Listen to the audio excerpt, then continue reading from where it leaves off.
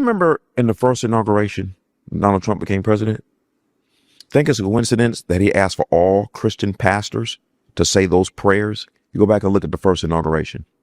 It was Franklin Graham, Wayne T from Detroit, Paula White, a guy named Hispanic pastor who believes in deliverance, Rodriguez.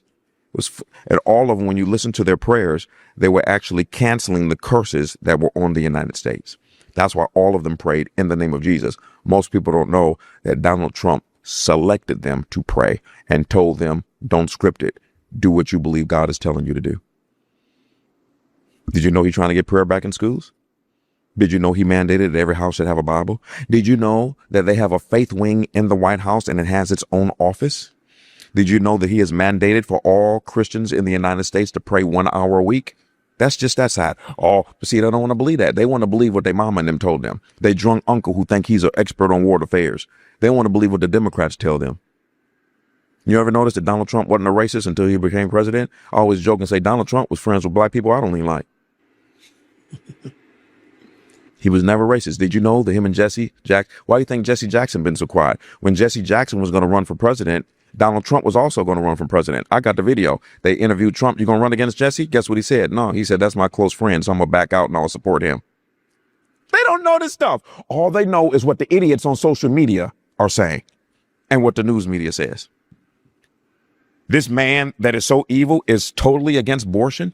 This man that is so evil has reversed the mandate that women can go in a girl's bathroom, that women can be. He's reversed all of that. Men can go in a girl's bathroom. Mm-hmm. Yeah. Did you know that he's mandated for the HBCUs to get $255 million a year, permanent funding that they never got before?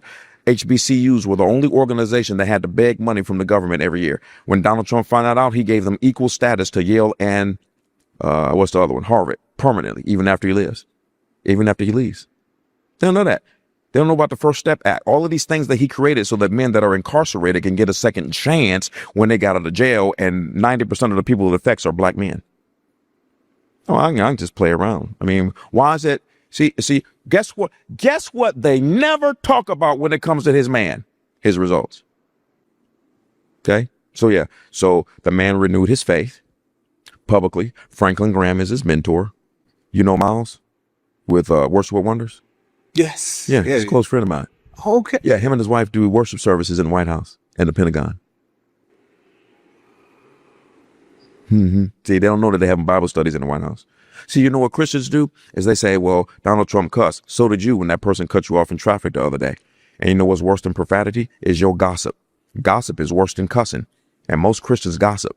So while you judging him, you worse than he is, because that man has more responsibility in a minute than you do in a lifetime. When the people pick the leader, God does not like him.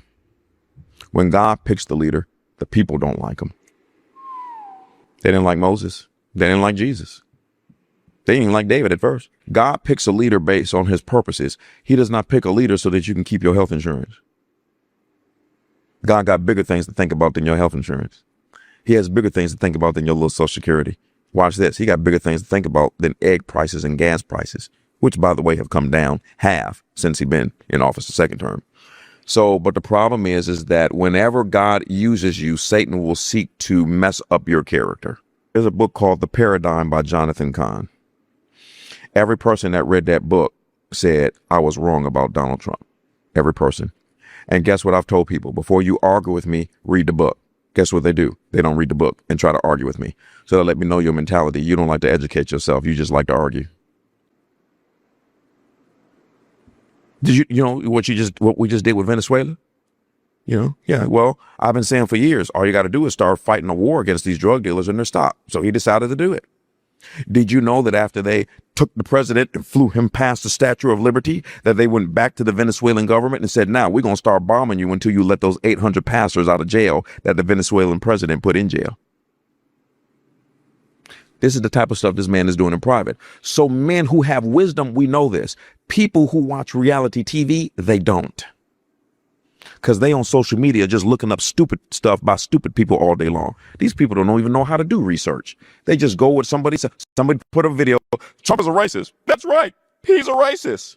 Okay. You keep believing that.